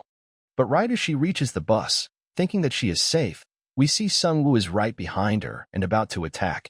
But before he can do anything, Dowan pulls him back, clearing his quest. He finally realizes that he did it, and trembles while asking Sungwoo if there is any chance that he will forgive him if he apologizes. And now, the chain quests appears, telling him to defeat Sungwoo, something that Dowan was worried about. But since the fight is unavoidable, Dowan opens up with using blind spot strike. Since first strike always wins according to him, and it does causes a clean hit on Sungwoo. It causes Sungwoo to get pissed, and seeing the expression on his face, Dowan begins to run away, calling it scary. He plans to run away first and go for another sucker punch later, but when he looks back, Sungwoo is already right behind him. Dowan is surprised to see him catching up to him already, but when Sungwoo gets hold of him, Dowan leaves backpack and frees himself from his grasp. Noting that Sungwoo can still move after taking a strike, he assumes that blind spot strike does low damage due to low mana cost. And as Sungwoo tries to ask him his staple question, Dowan attacks him with a combo of blind spot strikes. Saying that his strikes are way faster, don't he think, while he thinks of himself as cool and like an assassin. And as Sungwoo coughs, Dowan thinks that he is not much of a fight, and believes that he has a good chance of defeating him then. And just then, Sung-woo drops of his bag, causing a heavy sound, as he tells Dowan that he is pissing him off. And while Dowan was in the middle of thoughts of what Sung-woo was carrying in that bag, he has already closed the distance between them. Dowan again tries to strike him, but this time Sung-woo easily dodges by ducking down. He counters and hits Dowan right on the face, while asking him to say what he was saying again. Dowan again tries to hit him, but Sung-woo again dodges and counters, causing Dowan to realize that he was being held down by that bag until now. Sung-woo once again tells him to say it again, as his punch causes Dowan to sit rolling down on the street. Dowan notes that he is way too fast, and wonders, how many times have he used his skills already, and if he should use Falcon Drop before his mana runs out. But he realizes that there is a high chance that he would dodge that, and if he runs out of mana, it would be all over for him. And right as he is thinking how to deal with him, he gets something and attacks Sung-woo, who again tells Dowan that it won't work on him. But the punch connects, as Dowan tells him that it wasn't a fast strike. It was actually a slow swing. In the action fighting games genres, the basic rule necessary for winning is a slow strike in between fast strikes and a big strike in between small strikes to bluff the opponent. And it's no is fainting. All he knows about fighting is from games, so he bet the chance on it, and it actually worked. Back when he was unlocking his stats, he believed that he couldn't win in speed against him. And so, he went rather all out on attack rather than agility. And now, his bare hands hits decent hard as well. So he believes that defeating him is not that hard. All he have to think of fight as if he is playing a game. And out of all the things, in games he believes he would never lose. So, assuming that it's a fighting game, Dowan first goes on to analyze Sung-woo's patterns. From the way he is fighting, Dowan notes that he is dodging his attack and following up with a fast punch right away. He tries to block the punch that he assumes is coming to his face and thinks of a counter, but Sung-woo uses a kick instead and sends him flying. Sung-woo tells Dowan that he can never win against him. From that kick, Dowan remembers that Sung-woo used to be in the track and field club, so he is better at using his feet than his fists. And if it landed on his head instead of his forehead, he would have been dead by now. And for him, this fight would be really disadvantageous if it drags on, so Dowan charges in again to hit him. He keeps on using his skill to attack, but is unable to land any hit as Sung-woo dodges all of them easily. And in between strikes, he tries to mix in fakes, and as one of them connects, Dowan thinks that he got a clean hit in. But much to his shock, Sung-woo caught his leg in between and lands a solid kick right on his chin, asking if he really thought that such an obvious feint like that would work again on him, as he sends him flying. And now, he is really not going to hold back anything against him. Dowan coughs lying down on the ground and struggles to get up, wondering if the hit on his chin was too hard since he is unable to move his body. He tries to think of something to do quick as Sung-woo approaches him again. He opens up his skill window to find something and reads about the blink spot strike, and also notices that his health is almost gone, and his HP and MP only recovers when he is sleeping, so he needs to win this somehow. And he can only use up to 2 blind spot strikes with the remaining MP that he has. But in the skill window, he suddenly notices something, while Sung-woo prepares to hit Dowan with a soccer kick right on his face. But Dowan again uses blind spot strike, and this time on his ankle, causing heavy damage to his Achilles heel. Dowan smiles, noting that he succeeded, as unlike Falcon Drop description of head kick, blind spot strike never specified which body part would be attacked. So he wondered, because of the world strike, he unconsciously used his fingertips while using this skill. The activated part of this skill wasn't limited to just his fingertips. He gets up, noticing that now is the only chance to use the skill, and his last chance to win, and he thought of one way. And in order to execute it, he would block his vision first. But as he tries to land a strike, Sung-woo is able to react, and kicks him right on his side and sends him flying once again. Dowan once again falls on the ground while grunting in pain. Meanwhile, Sung-woo picks up a rock, saying that he should have used it from the beginning. We get a flashback of his past, where he remembered that he needed to be the fastest. No matter what, he needed to win the first place, and on the days that he didn't win, he had to endure his father's beating for the entire night, who seems to be super pissed about him losing again. His father was apparently a track prospect. He never missed first place in his early years. But a sudden car accident disabled his legs and forced him to leave behind his track career. He tells Sung-woo to keep it in mind, that he would have to continue what his father couldn't accomplish, so he cannot disappoint him ever again. And so, in order to meet his father's expectations, he struggled every day, and after track training, he stayed up and ran till he threw up and his bags were always filled with sand. But despite all that effort, nothing changed. The first place seemed absurdly high to him, and while he was thinking to give up, he remembered his father and thought of a solution. He called the first position to meet up somewhere alone and threw a hammer on his face. Thinking that anyone who is faster than him, anyone who passes in front of him, he just needs to wreck them all, then he would be the fastest. Back to the present, he tells Down that he put someone in coma before, and because of him, he got kicked out of track and field club and was abandoned by his father. And everything sucked for him due to that guy, he believes. But even then, he got away pretty easily due to teenager protection law. So he wonders, how will this one turn out? But suddenly, something starts wiggling in Sung-woo's hoodie. One of the most important elements to win game is an item, as we see the octopus that Aaron gifted to Dowan is on top of Sung-woo. Dowan is glad to see it still there. When he grabbed him out of the bus stop, he hid it in his hood. Though he was worried that it fell off somewhere, Sung-woo grabs it and starts to remove it and throws it away, calling it bullshit. But suddenly, some liquid that octopus secreted gets into Sung-woo's eyes, and Dowan calls him stupid, telling him that it's obvious when squeezing an octopus, it would spray ink on him. And now that his vision is blocked, Dowan rushes at him, knowing that there is only blind spot strike left, and if he uses it normally, it won't do enough damage to end it. He first smashes his head with both of his hands, while Sung-woo screams that he cannot see shit. The strike causes decent damage while he thanks Aaron for the octopus, and devotes this victory to her, as he uses blind spot strike on his head and smashes it right on Sung-woo's chin. And with that headbutt, Sung-woo finally falls down and knocked unconscious, with Dowan also bleeding from his nose while stating that it's like he told him, that his head is hard as a rock. And the quest clear notification also pops up, and he again receives a key bundle, with a golden key and few bronze ones. And as he bowing down to pick the keys up happily, saying that this one was his hardest one yet, he suddenly feels incredible pain in his body, as he is not even able to keep himself up properly. He notes that he has almost no health left, and it's going down even more. He remembers that he fell at that time when he fought Man-chun due to health as well. But if he falls down here, Sung-woo might wake up and thrash him while he is still down. And so, he quickly opens up the system window to find a solution to this, and realizes that he can just unlock HP with bronze key. And it causes his HP to be increased by 500 as he pants and falls down, saying that he is safe now. And since he has already used one of them already, he would have to use all of them at once, and he starts with the obvious gold key. And with that, he finally unlocks the class-exclusive skill, Multi-Strike Destruction, which excites him a lot. As he finally got the skill that he used back then, he was just wondering about it, when he would get it back. But the only downside to this skill being that it has a mana cost of 200, and so he uses the remaining bronze key to increase his mana to use this skill. He sighs a breath of relief that it's all finally over now, and that he would have died if not for that octopus. And now, he don't plan to eat it, and instead make it his pet at home, and names him Squishy, and tries to look around and find it.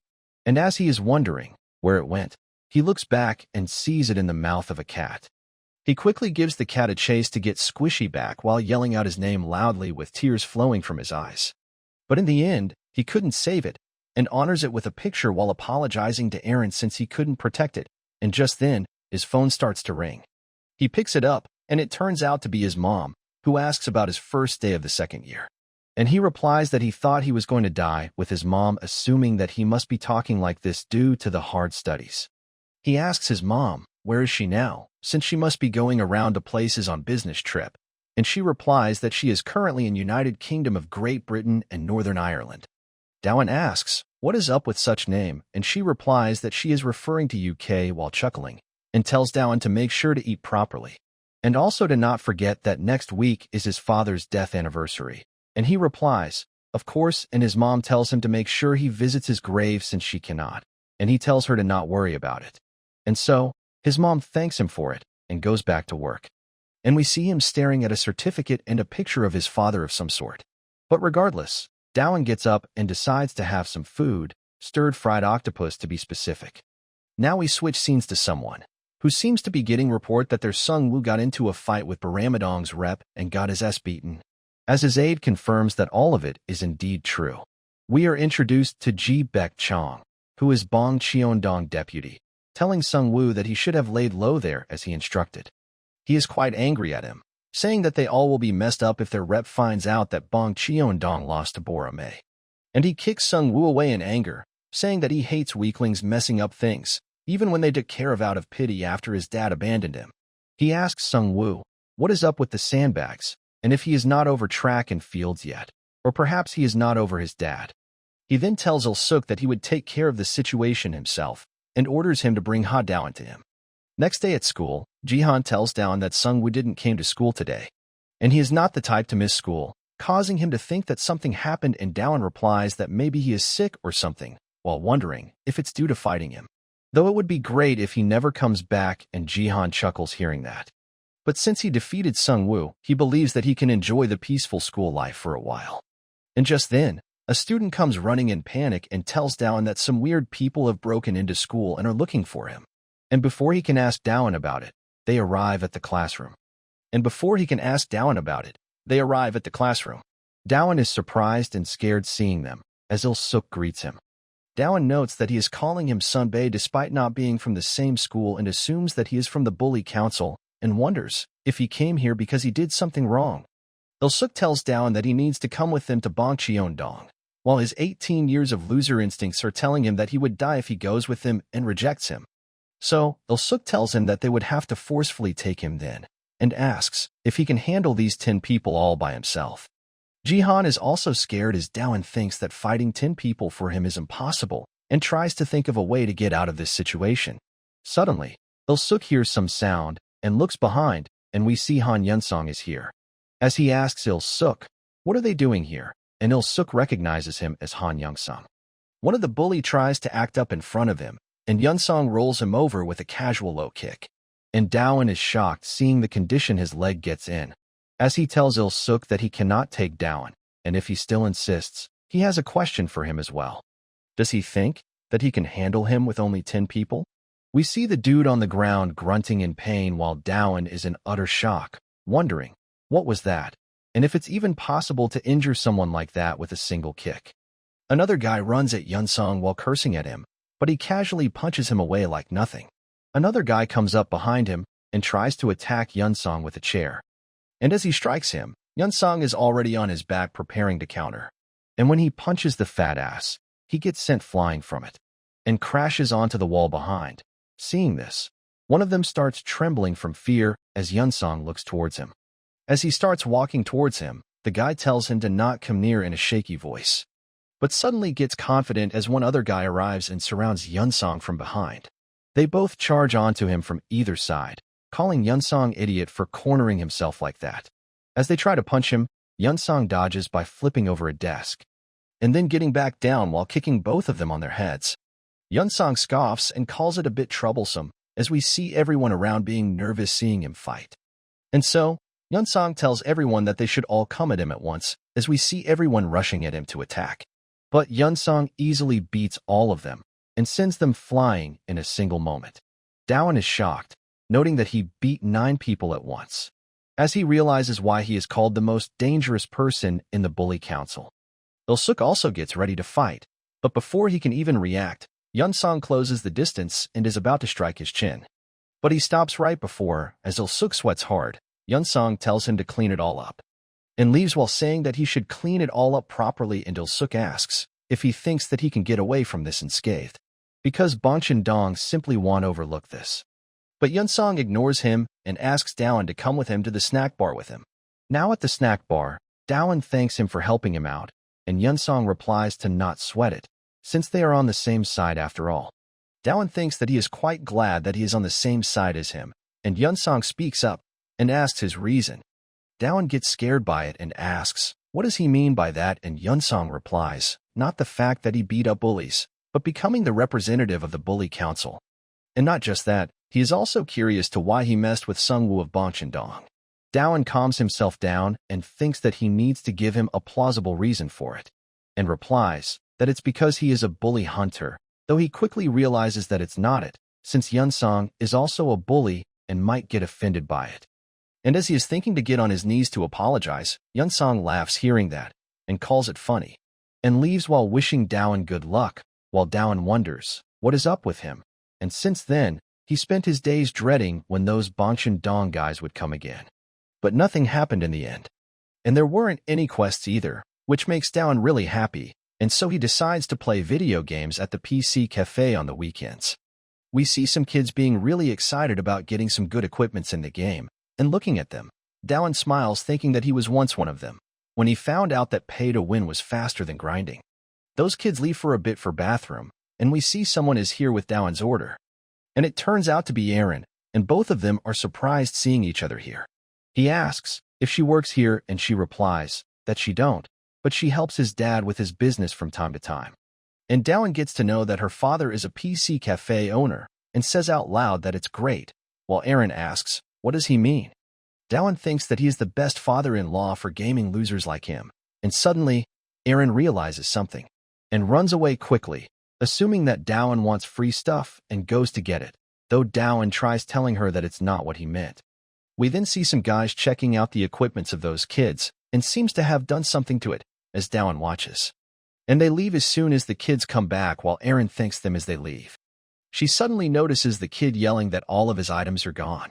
She asks them, what's wrong, and they reply that someone stole all of their items when they went to the bathroom. And as Aaron is wondering who would do such things, Dowan comes up and tells her that he was just wondering what they were doing, and if they stole their items, he asks. She asks if he knows who did it, and he replies that he does, but he didn't know that they were doing this. The kid comes around and tugs on Dowan and asks for help from him.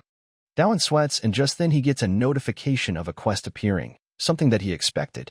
And this time, he has to defeat 4 thieves, which surprises him. He thinks that it's impossible for him to do this, since he is not Yunsan.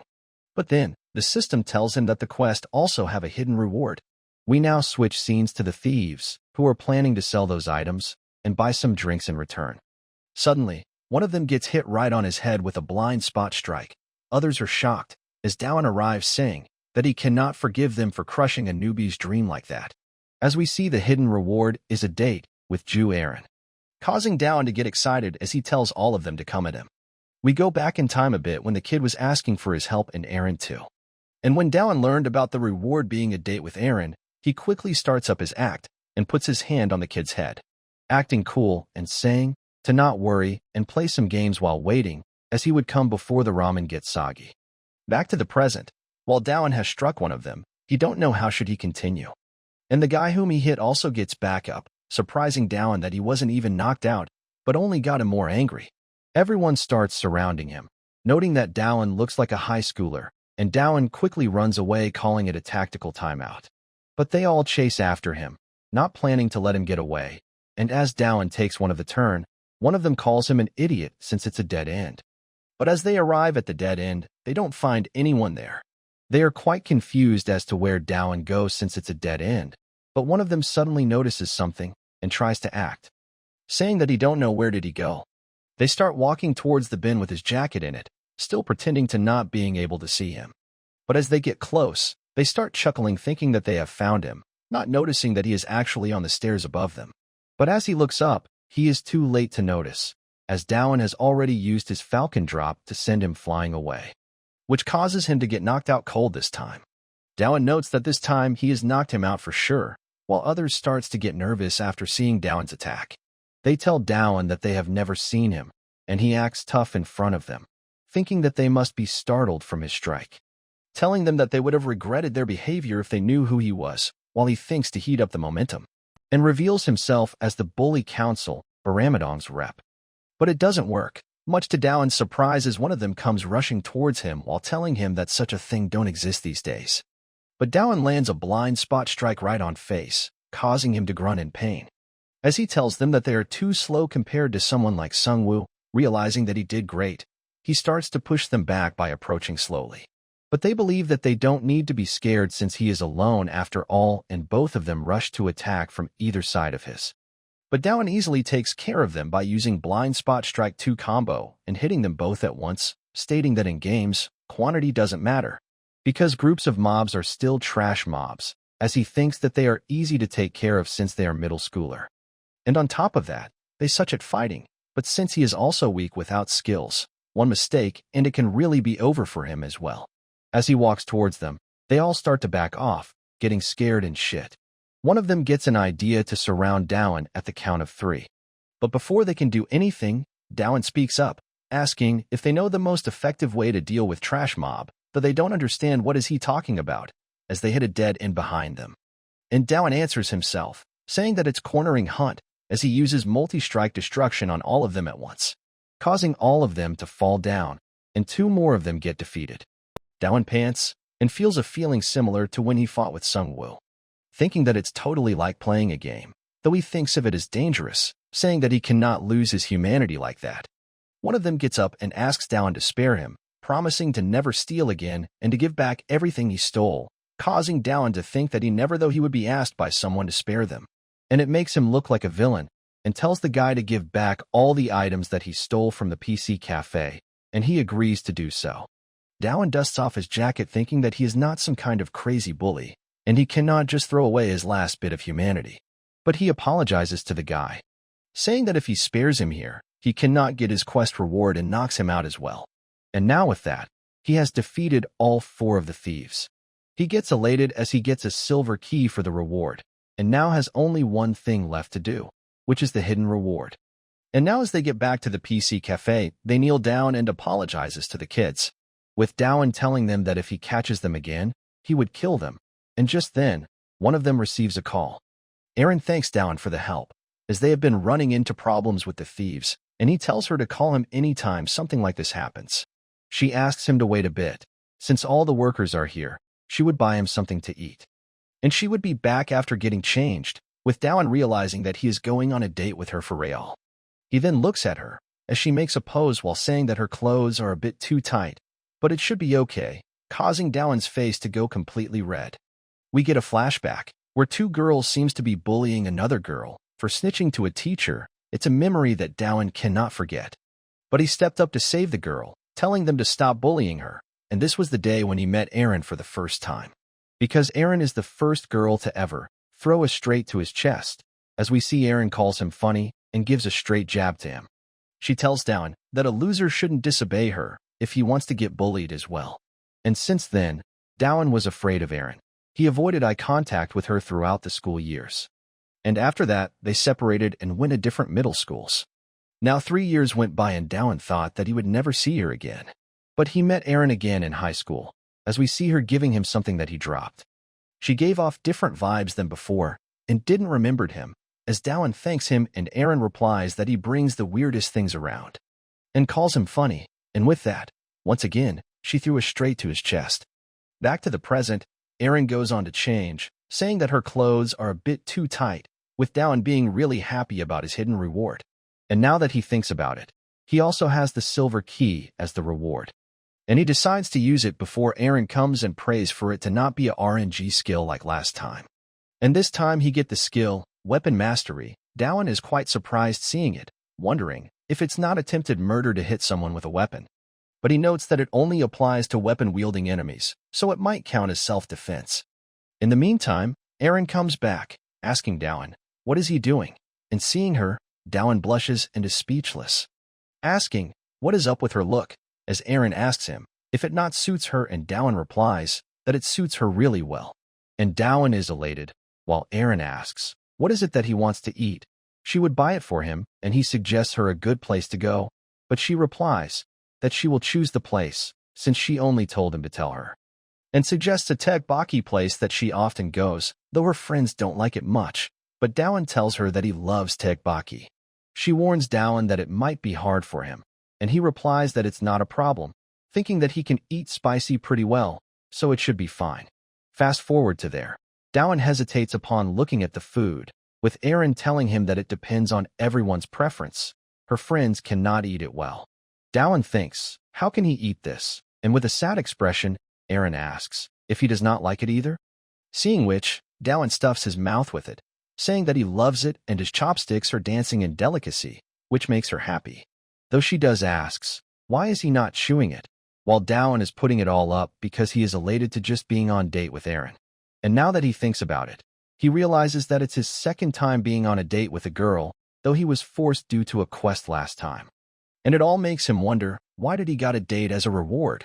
and if there is any hidden intention behind it again. And in worry, he asks Erin if she is not going to take him to some weird place today, and she replies she actually does want to take him to a place where she want to go with him.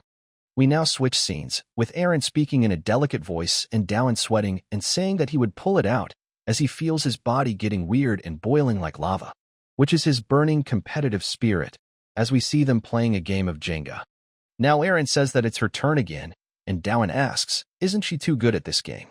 And she agrees, saying that she don't know about other games, but she is very confident in Jenga, which is why she really wanted to come here with him, because Dowan is good at games. But the tower falls, causing her to get teary eyes, which Dowan finds cute and suggests to try other games now. Now we see them having a lie detector game, with Dowan saying that he is pretty, and Erin agreeing to it, and the lie detector shows it as truth. Now Erin speaks up, saying that she thinks that she is handsome, and Dowan agrees, and once again it shows as truth. And for the next question, Dowan thinks that he is not going to get an opportunity like this again to ask the most important question and says, I think I have a boyfriend, and wishes for it to be not true, but Erin agrees to it, causing Dowan to break, as the machine shows it as truth, while he thinks that there is no way that someone like her doesn't have a boyfriend. But Erin says that the machine is fake, since it kept saying it was true, while she was only responding with lies, causing Dowan to get happy again, and Erin replies that it's a good thing they found out that it was fake. And so, they move on to try other games as well. Now outside, we see the guy from before searching for Dowan with someone else, saying that he saw him come out with a girl worker. And the guy with him replies that they must be doing it somewhere then. And as the kid shivers, the guy with him assures him that he would find the guy who beat him up. Whoever did this to their cute Hobie's face, he would crush their face today. Back to Dowan and Erin. Both of them didn't notice that so much time has passed already, with Dowan thinking that it's going so well for him, and he already feels that he is much closer to Erin than before. Erin finds another game and asks Dowan if he would like to try it with her. And it's apparently a hammer nail game, with a reward being a large plushie.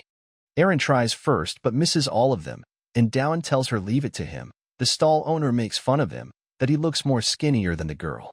But Dowan thinks that there is a strategy to win this game. Straighten the arm and align the distance from the nail perfectly, using the shoulder as the origin, form a circular motion and strike vertically.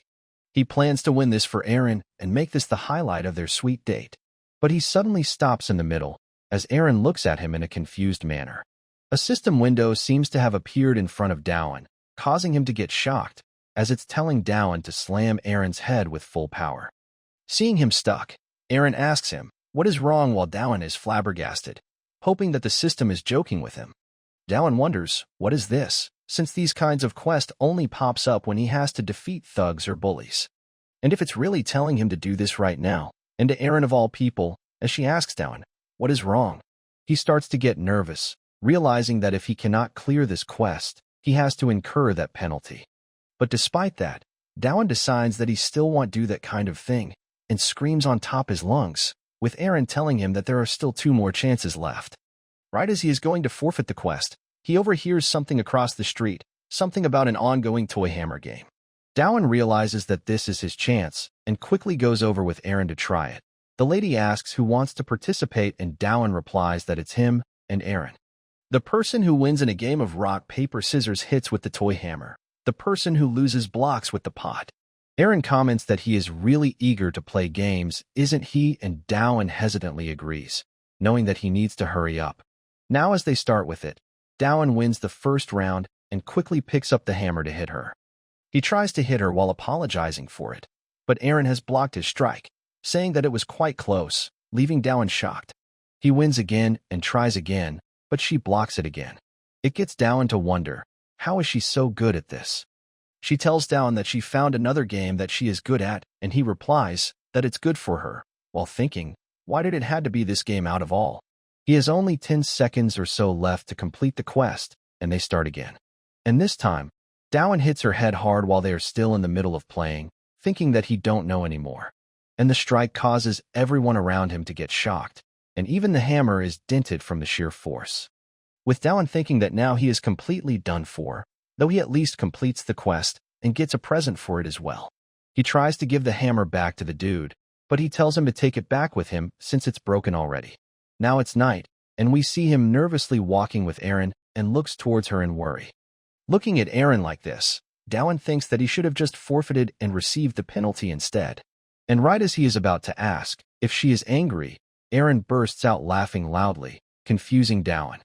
He wonders what is up with her all of a sudden, and if he hit her head too hard, as she tells Dowan that the more she thinks about it, the more funnier it gets. And it's the first time that she has been hit that hard with a loud bang noise, and Dowan apologizes, offering a swing at his face in return, and she chuckles and replies that it didn't hurt her at all. Suddenly, she gets a call from her dad and tells Dowan that she needs to get back to the PC cafe. She thanks Dowan before leaving, saying that she had lots of fun today, and Dowan replies he too did. She also invites Dowan to play games with her next time again, and leaves while saying that she would see him at school. And as Dowan is waving her goodbye as well, suddenly the Scarface arrives, asking what sort of games did he played with her. Dowan gets shocked by him, as the guy tells the person on phone that he found the guy in the padded jacket. And Dowan realizes that he was looking for him, and asks him, what business does he have with him, and he replies that he came to avenge his juniors that he hit.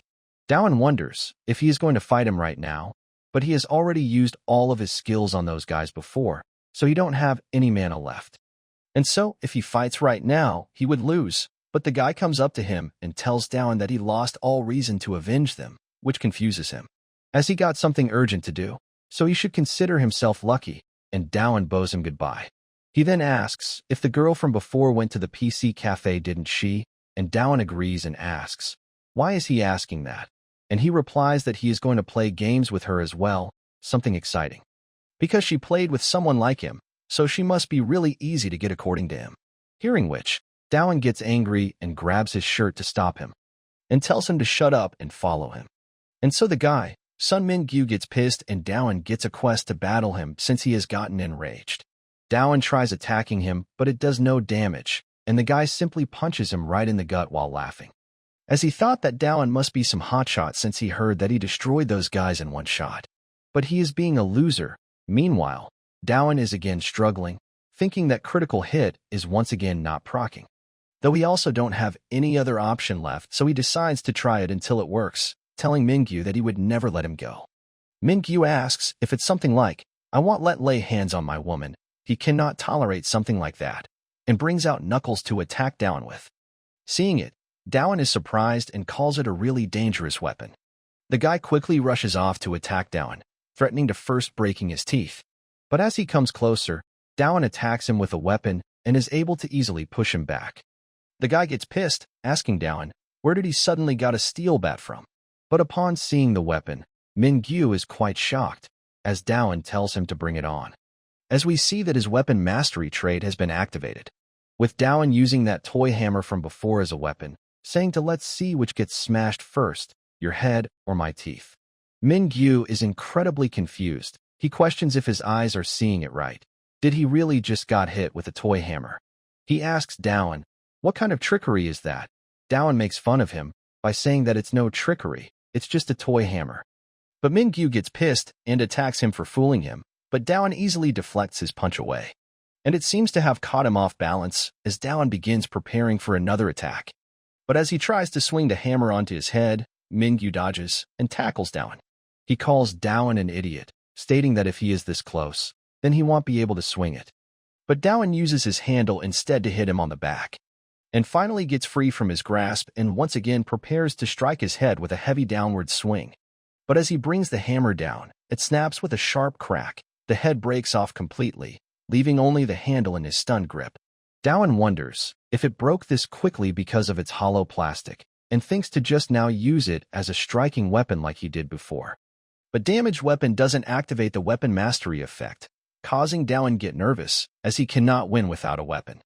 He quickly glances around, desperate to find anything he can use as a weapon, but Min-gyu catches on instantly, tightening his grip and preparing to strike, and punches Dowan right on the face, saying that it seems like he cannot do anything without that toy hammer. Dowan staggers back, eyes wide in disbelief. This strength is on a completely different level, nothing like the bare fist attacks he's used to. Min-gyu continues on beating Dowan, who don't have any weapon and is unable to keep up at all. Min-gyu tells Dowan that he has an idea, He plans to beat him up till he is almost dead and bring him to where Aaron is. And then, without shame, he vows to enjoy her all night, right in front of his helpless eyes. He can both get revenge for his juniors and also satisfy himself, killing two birds with one stone, and Dowan mocks him for saying such third-class villain lines in front of him, and asks, why is he so eager to be a shitty villain? Why does he keep doing such evil acts? And Mingyu replies, if it's a question, then the answer is simple, it is more beneficial to live that way. Just as he lunges toward Dowan, ready to strike, a sharp, unexpected blow crashes down on his head. The impact echoes through the air, and his eyes widen in shock, completely taken by surprise. He stumbles, momentarily disoriented by the sudden attack. And we see Dowan is using a belt, causing his weapon mastery to activate again. Mingyu tries to rush in again, but Dowan easily keeps him on bay using the belt. As he yells at Mingyu for having such messed up thoughts and saying them out loudly, so casually as well. Mingyu drops one of his knuckle bars and catches Dowan belts in one hand while laughing. And like a maniac, he tells Dowan that living a kind life is a waste. He should know that as well. And if he is pretending that it's not like it, then he is a hypocrite, as he goes in for a punch to his face. Dowan also gets pissed and wraps the belt around his arm and uses it to lift him up straight off the ground, and slams him down, causing heavy damage. And with that, he has defeated Mingyu as the quest completion notification pops up. We now switch scenes to Erin and her dad, who is apologizing to her for making her work instead of studying, though she doesn't mind since he would be buying her food in return. And Dowan is watching them from afar, calling it a good relationship with her father. Back to his home, Dowan seems quite tired, as he thought he was going to die today for sure. He starts to remember Mingyu's words about living a kind life is a waste, and the fact that he couldn't think of a response to his statements. He looks at the picture of his dad, wondering how would his dad, who spent his entire life dealing with these kinds of guys, would respond in that situation. But he decides to forget it and opens up the reward. First up is 5 bronze keys. And after today, he has realized that he don't know when or where a fight would break out, so saving keys is dangerous for him. And since he invested heavily in attacks last time, he decides to invest in other stats this time around and increases his agility and defense this time instead. And for now, he decides to skip the spirit stat, since he don't know what it does for him. And next up is the reward from that toy hammer gamer with Aaron. He remembers that it said that it's something like a dungeon map, not regarding the system window. He wonders if it's something straight from games like a dungeon in real life. Something like gates or shit that appears in Manhwa like that.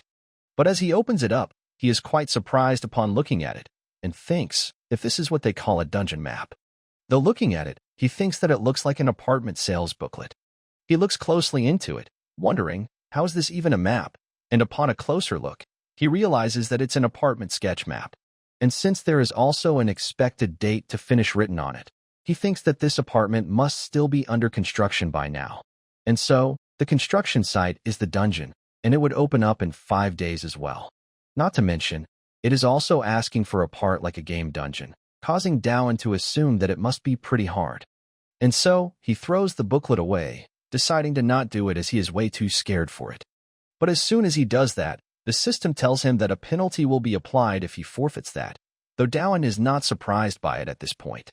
But regardless, he believes that it's okay, since he does have a party member who will carry him in this dungeon.